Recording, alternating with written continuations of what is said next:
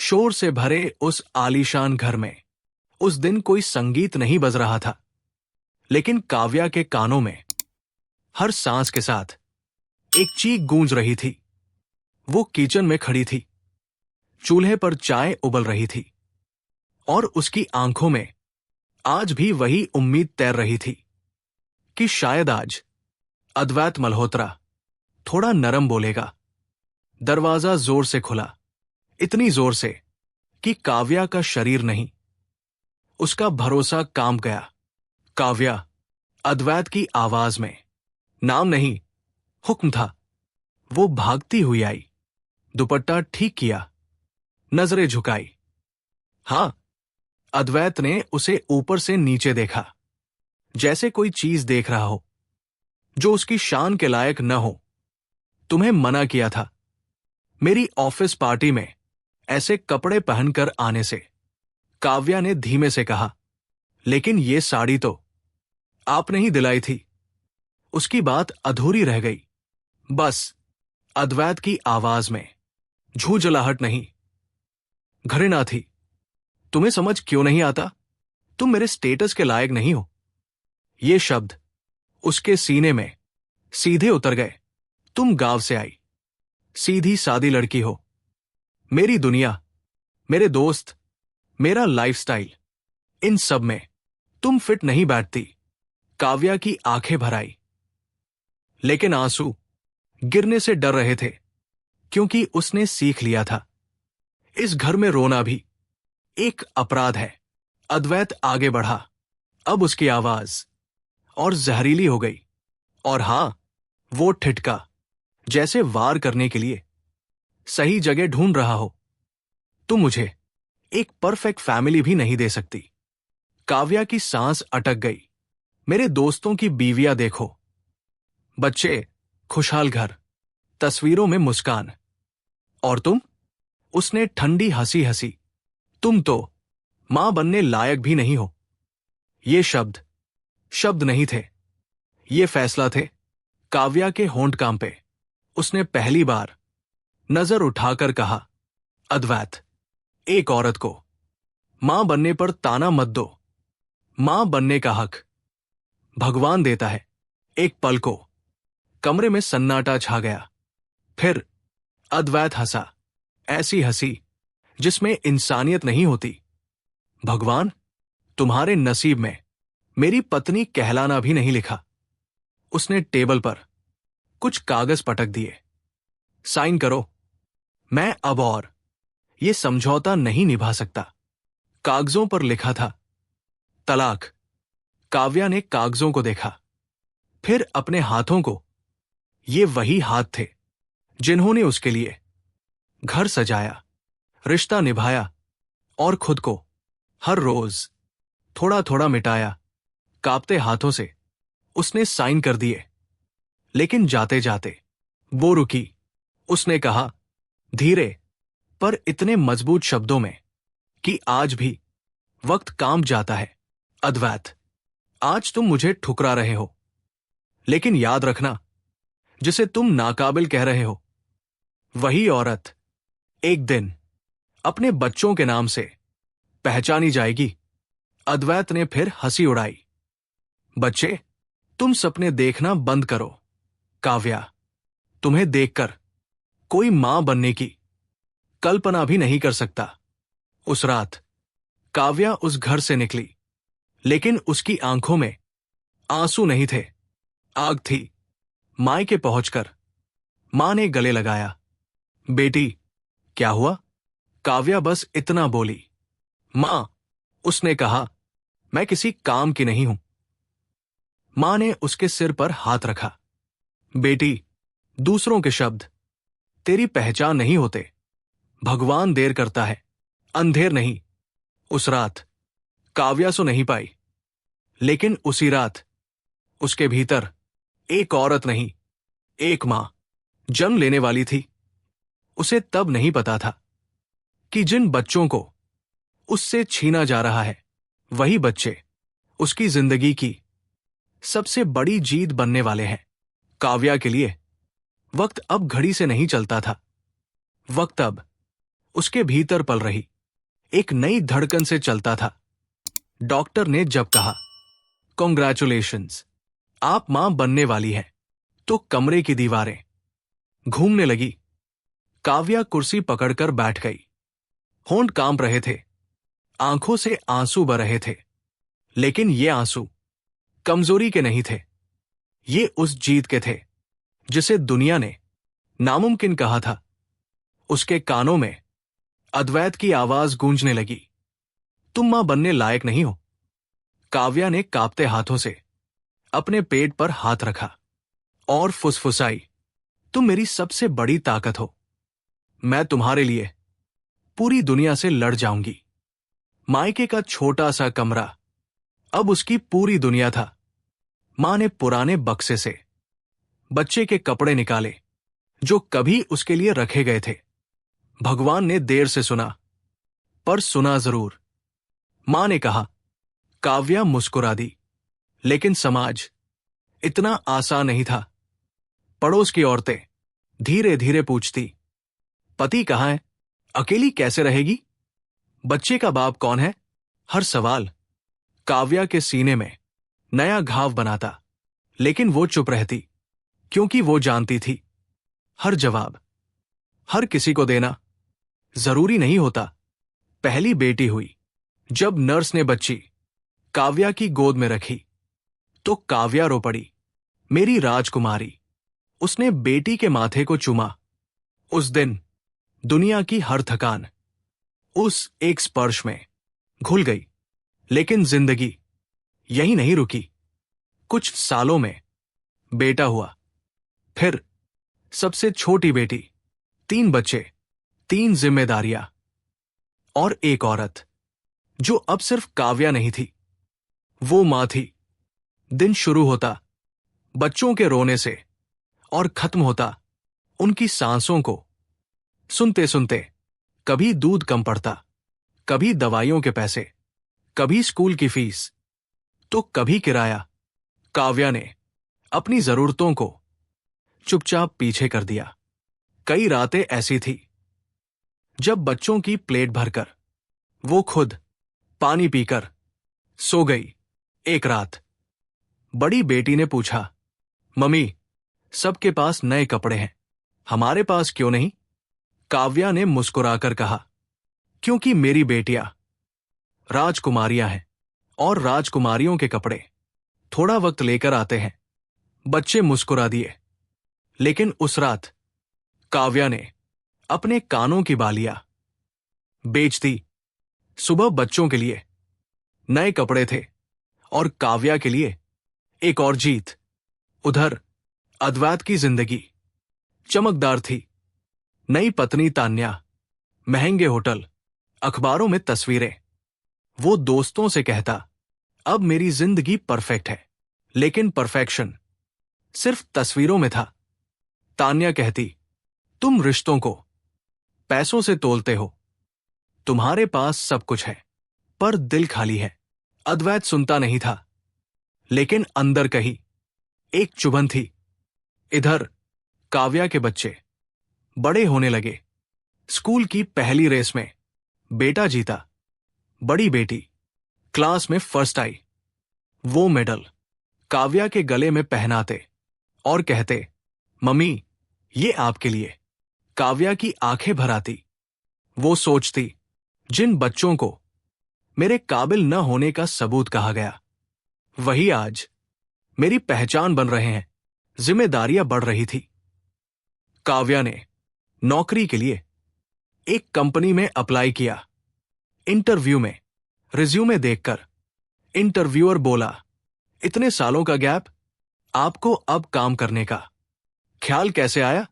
काव्या ने सिर झुकाकर कहा, बच्चों की वजह से। वो हंसा, मैडम, हमें तेज लोग चाहिए, आप जैसे लोगों के लिए यहां जगह नहीं है। काव्या बाहर आई। आंखों में आंसू थे, लेकिन फिर उसने मोबाइल खोला, 3 बच्चों की फोटो देखी और खुद से कहा, अगर दरवाजे बंद हैं तो मैं अपनी खिड़की खुद बनाऊंगी। उस रात काव्या ने हार नहीं मानी। उस रात उसने तय किया, अब वो सिर्फ जिएगी नहीं, जीत कर दिखाएगी। उस रात घर में सन्नाटा था। बच्चे सो चुके थे। कमरे की हल्की रोशनी में काव्या फर्श पर बैठी थी। सामने कुछ कागज, एक पुराना लैपटॉप और दिल में ढेर सारे डर। वो जानती थी अब उसके पास हारने का विकल्प नहीं है। उसने खुद से कहा, अगर मैं गिर गई तो मेरे बच्चे भी गिरेंगे, और अगर मैं खड़ी हुई तो मेरी जीत उनकी भाल बन जाएगी। अगले दिन उसने घर से ही एक छोटा सा काम शुरू किया। हाथ से बने कपड़े, साधारण डिजाइन, लेकिन हर सिलाई में उसका सपना बुना हुआ था। पहले हफ्ते कोई ऑर्डर नहीं आया। दूसरे हफ्ते एक आया, लेकिन वापस चला गया। तीसरे हफ्ते एक ग्राहक ने कहा, क्वालिटी ठीक है पर ब्रांड नहीं है। काव्या ने मोबाइल रखा और चुपचाप आंखें पोंछ ली। तभी बड़ी बेटी पास आई। मम्मी, आप हार मान रही हो क्या? काव्या ने मुस्कुराकर कहा, नहीं बेटा, मम्मी सीख रही है। बेटा बोला, तो मैं पैकिंग कर दूं? छोटी बेटी तालियां बजाने लगी, मैं दिल वाला स्टीकर लगाऊंगी। काव्या हंस पड़ी। उस पल उसे समझ आया, वो अकेली नहीं है, वो 4 लोग हैं, एक सपना है। धीरे धीरे ऑनलाइन ऑर्डर बढ़ने लगे। किसी ने लिखा, डिजाइन दिल से बने हैं। किसी ने कहा, आपके कपड़ों में ईमानदारी दिखती है। काव्या रात रात भर काम करती, उंगलियां दुखती, कमर जवाब देती, लेकिन बच्चों की सोती हुई सांसें उसे ताकत दे जाती। एक दिन एक बड़ा ईमेल आया। एक नामी डिजाइनर ने लिखा, आपका काम देखा, क्या आप हमारे साथ टाई अप करना चाहेंगी? काव्या ने स्क्रीन को छूकर आंखें बंद कर ली। ये वही औरत थी जिसे कहा गया था, तुम किसी काम की नहीं। आज उसका काम खुद बोल रहा था। टाई अप हुआ, ऑर्डर हजारों में पहुंचे।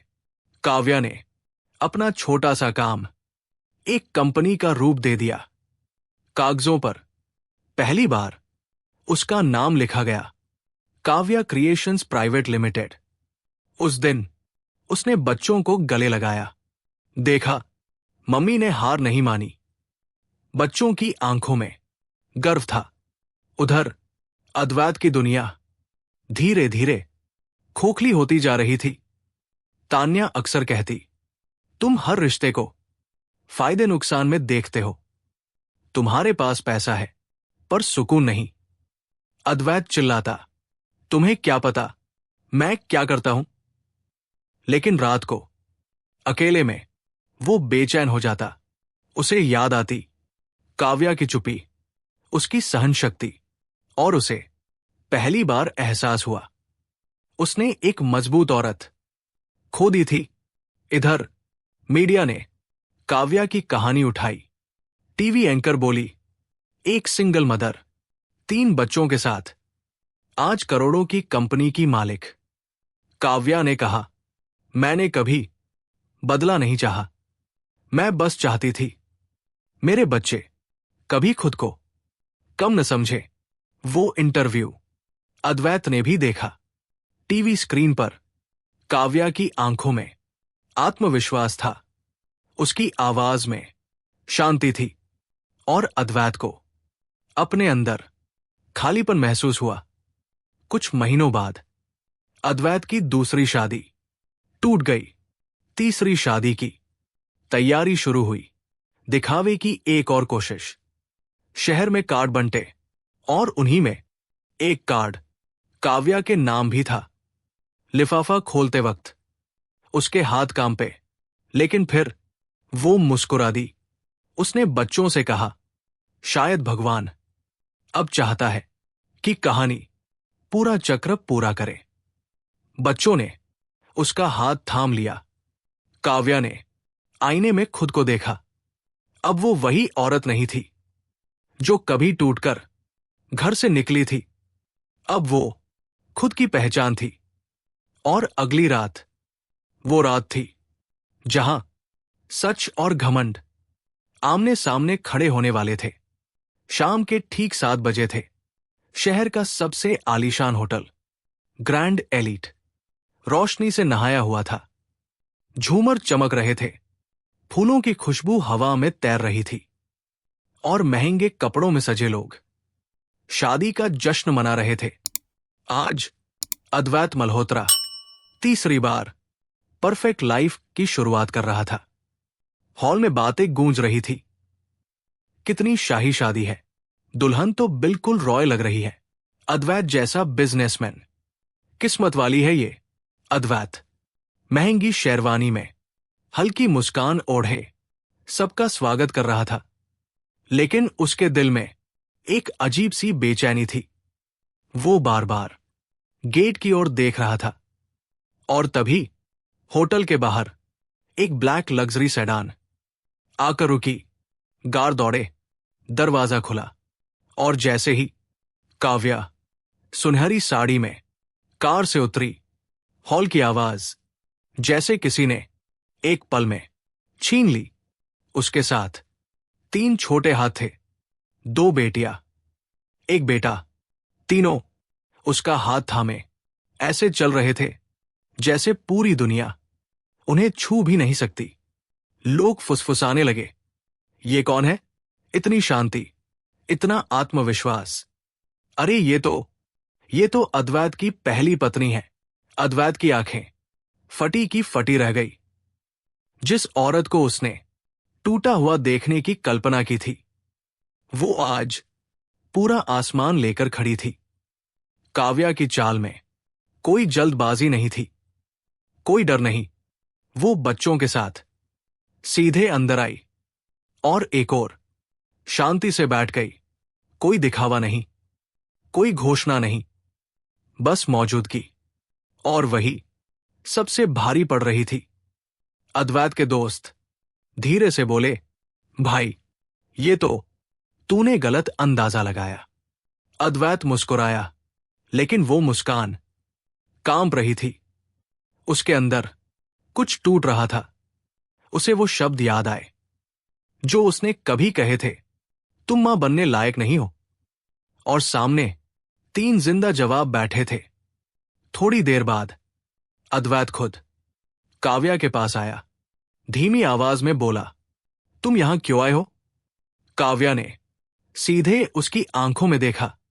उसकी आवाज में न गुस्सा था, न नफरत, सिर्फ सच्चाई। मैं आई हूं तुम्हें वो दिखाने जिसे तुमने कभी देखने लायक नहीं समझा। उसने बच्चों का हाथ थामा। ये वही बच्चे हैं जिन्हें तुमने नामुमकिन कहा था। हॉल में सन्नाटा छा गया। काव्या आगे बोली, मैं तुम्हें नीचा दिखाने नहीं आई। मैं बस अपने बच्चों को ये दिखाने आई हूं कि जब कोई उन्हें या उनकी मां को कम समझे तो उन्हें डरना नहीं चाहिए। अद्वैत की नई दुल्हन सब समझ चुकी थी। उसकी आंखें काव्या पर टिकी थी और शायद पहली बार अद्वैत को खुद पर शर्म आई। काव्या ने एक गहरी सांस ली। तुमने मुझे कहा था मैं किसी काम की नहीं। आज मैं अपने दम पर खड़ी हूं। और तुम? उसकी आवाज और भी शांत हो गई।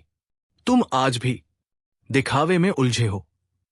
अद्वैत कुछ बोलना चाहता था, लेकिन शब्द उसका साथ छोड़ चुके थे। उसकी आंखों में पहली बार पछतावे के आंसू थे।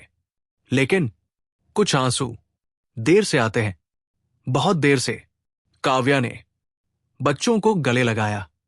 चलो, जहां सम्मान नहीं, वहां रुकना नहीं चाहिए।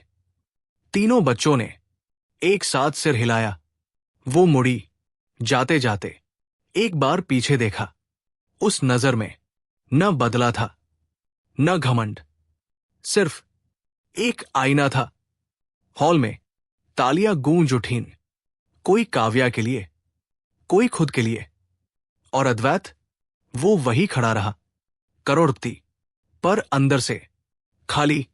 बाहर ब्लैक कार में बैठते हुए काव्या ने बच्चों से कहा, याद रखना, जो लोग तुम्हें कभी बोझ समझते हैं वही एक दिन तुम्हारी सबसे बड़ी ताकत बनते हैं। कार आगे बढ़ गई और उस रात एक शादी में सबसे बड़ी जीत बिना दूल्हा दुल्हन के लिखी गई काव्या के नाम। अगर आपको यह कहानी पसंद आई हो तो इसे लाइक और शेयर करें, और भी कहानियों के लिए हमारे चैनल कहानियों का सफर को सब्सक्राइब जरूर करिए। मिलते हैं अगले कहानी के साथ, तब तक जय हिंद जय भारत।